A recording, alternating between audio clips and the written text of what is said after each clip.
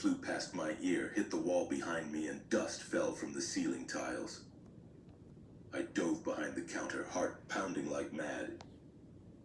But before he could raise the gun again, a customer from the next register lunged at him from the side. It was fast and brutal. He tackled the man to the ground.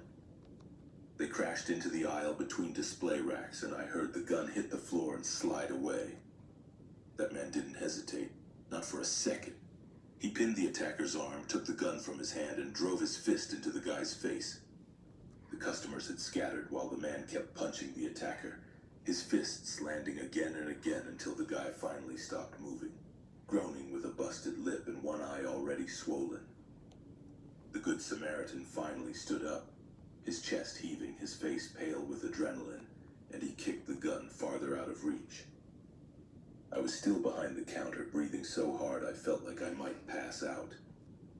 My hands were still shaking too much to call anyone, until another employee ran to the phone and shouted to call 911.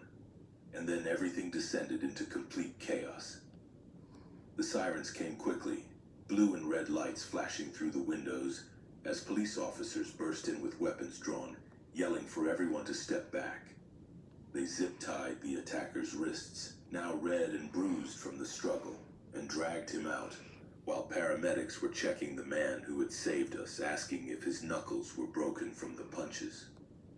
One officer came over and started asking me questions, but my voice barely worked. It was like the fear had settled deep in my throat, too thick to swallow, too sharp to ignore, and all I could hear was the sound of the gunshot and the rush of air as the bullet flew past my face. I couldn't stop shaking for hours. I didn't even realize I was crying until another cashier handed me a bottle of water and said something soft that I couldn't make out over the ringing in my ears.